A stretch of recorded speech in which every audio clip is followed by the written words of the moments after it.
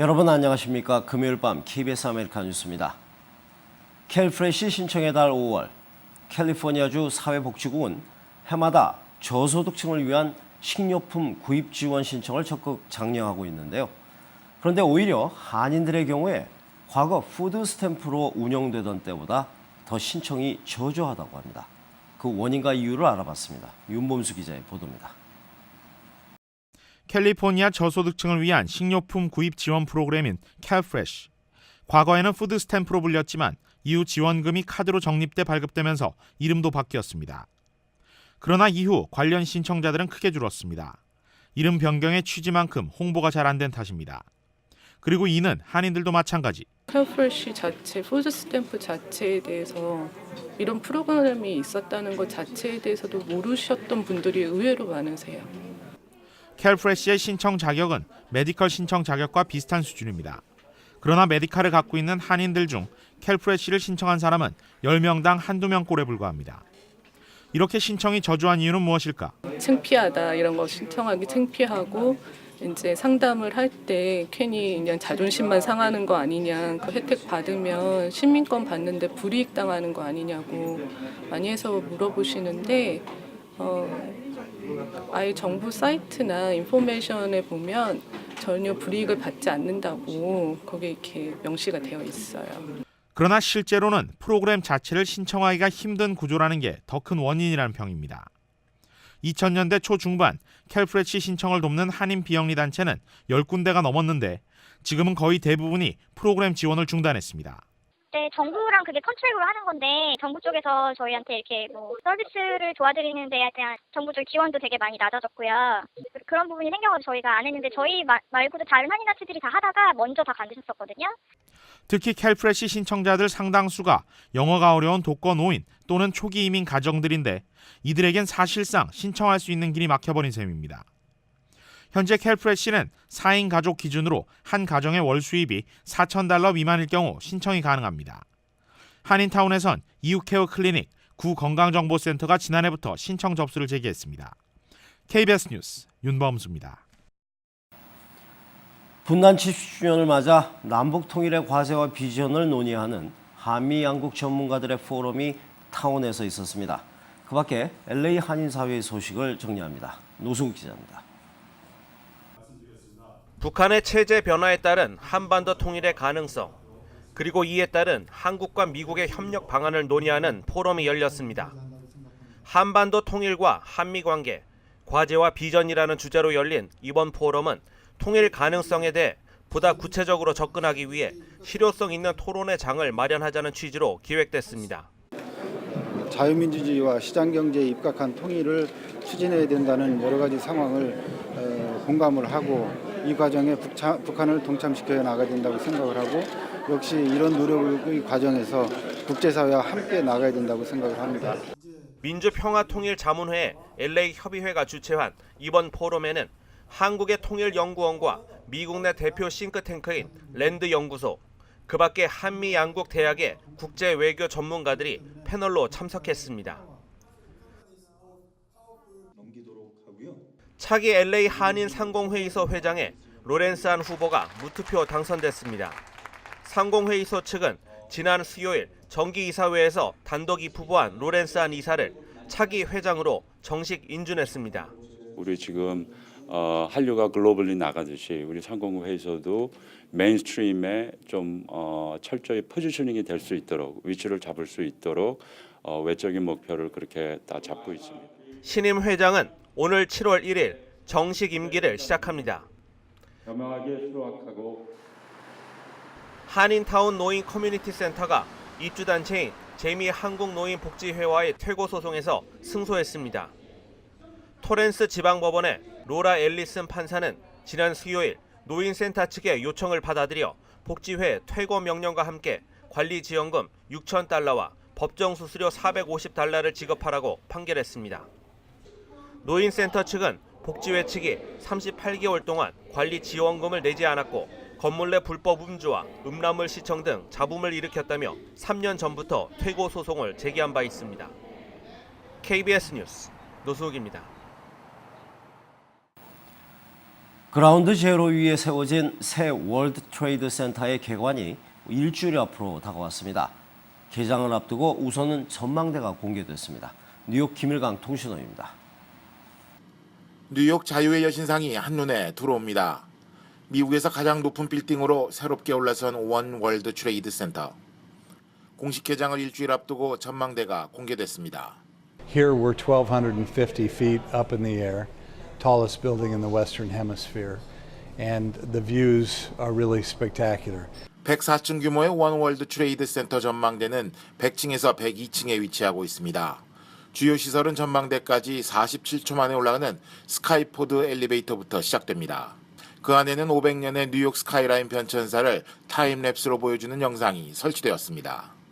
And then get on a high-speed elevator, and on the elevator you'll get a history of construction in Manhattan. In 47 seconds, you'll see 500 years of history that will take you from the 0 floor up to 102. 100층에 위치한 주전망대는 사방이 투명한 유리로 되어 있어 360도 다양한 뉴욕 전경을 감상할 수 있습니다.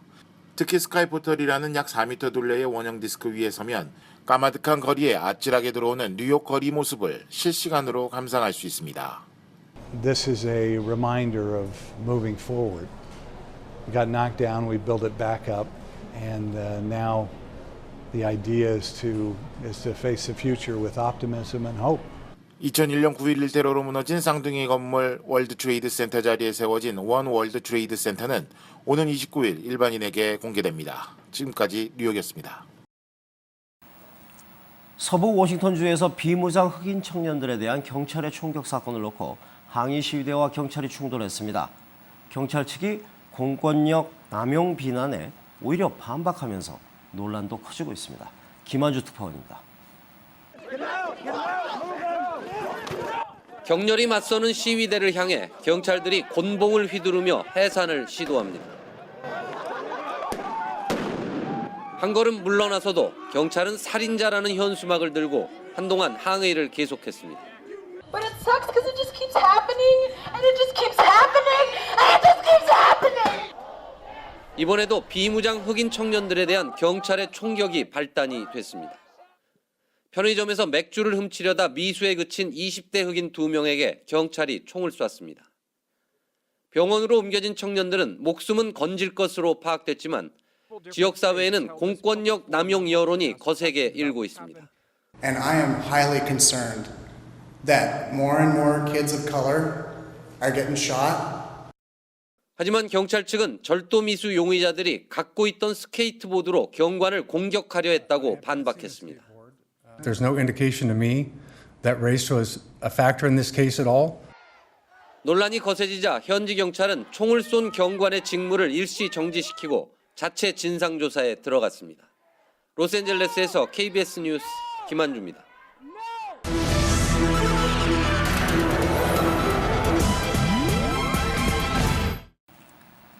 옐런 연준 의장이 금리 인상이 올해 안에 시작될 것이라고 말했습니다. 경제가 예상대로 개선된다면 이란 단서를 달기는 했지만 오는 9월쯤 기준금리가 9년 만에 인상될 것이라는 관측이 나오고 있습니다. 박에스터 특파원입니다. 미 중앙은행 연준의 옐런 의장이 미국의 금리 인상이 올해 안에 시작될 것이라고 말했습니다.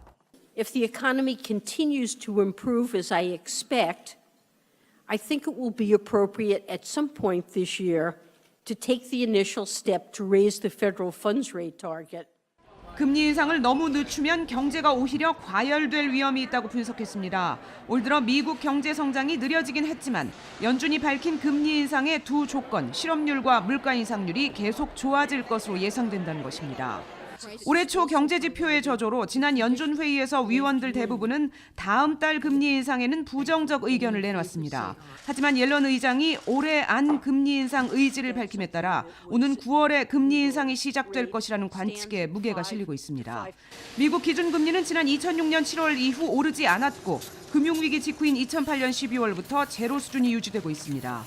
옐런 의장은 첫 금리 인상 뒤의 속도는 점진적일 것이라고 말했습니다. I expect would mean that it will be several years before the federal funds rate would be back to its normal longer run level. 달러화가 유로, 엔 등 주요 통화에 대해 강세로 돌아서는 등 옐런 의장의 발언은 국제금융시장에 즉각 반영되기 시작했습니다. 뉴욕에서 KBS 뉴스 박예스터입니다. 학교 교정에 6.25 정원을 만들고 학생들이 6.25 전쟁을 공부하는 중학교가 버지니아에 있습니다. 북위 38도선에 학교가 위치해 있다는 점에 착안해서 학생들이 자발적으로 모임을 조직해 운영하고 있습니다. 이강덕 특파원입니다. 미국 수도 워싱턴에서 1시간 반가량 떨어져 있는 버지니아주의 한 중학교입니다. 오늘은 6.25 전쟁에 참전했던 용사들과 주민들이 교정에 모여 학생들의 발표를 경청하고 있습니다. This will help us remember the sacrifices that both countries made in the war. I also hope that it can help other people. It can encourage them to learn about the Korea and the wars and stuff like that. 6.25 전쟁과 한국을 공부하는 모임은 중학생들이 스스로 조직해 운영하고 있습니다.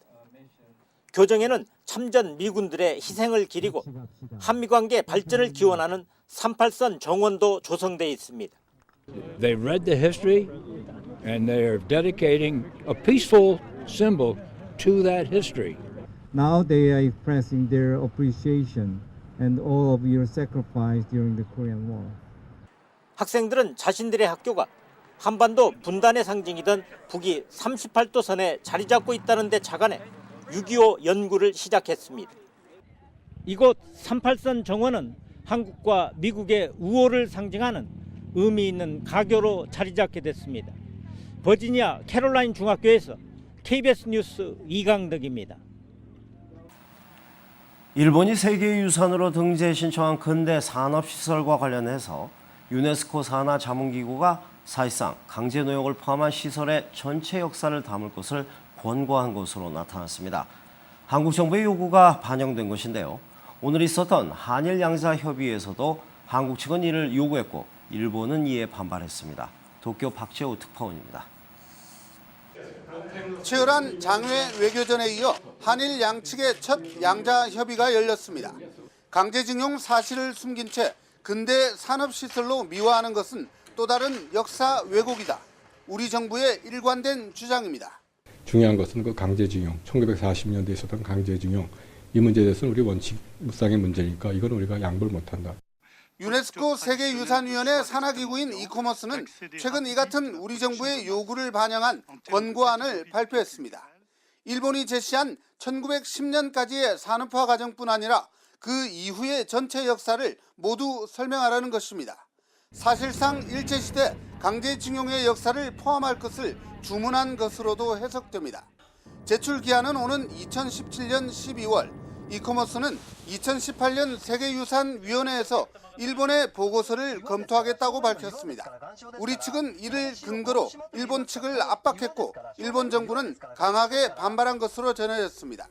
政治問題化しようと向こうはしていると。私どもが妙に巻き込まれることがないようにして。 이제 공은 일본으로 넘어간 모양새입니다. 이코머스의 권고안을 일본 정부가 어떤 방식으로 수용할지 조만간 열릴 2차 양자협의에서 윤곽을 드러낼 것으로 보입니다. 도쿄에서 KBS 뉴스 박재호입니다. 오늘 뉴욕 증시는 하락 마감했습니다. 원달러 환율은 1,090원 60전입니다.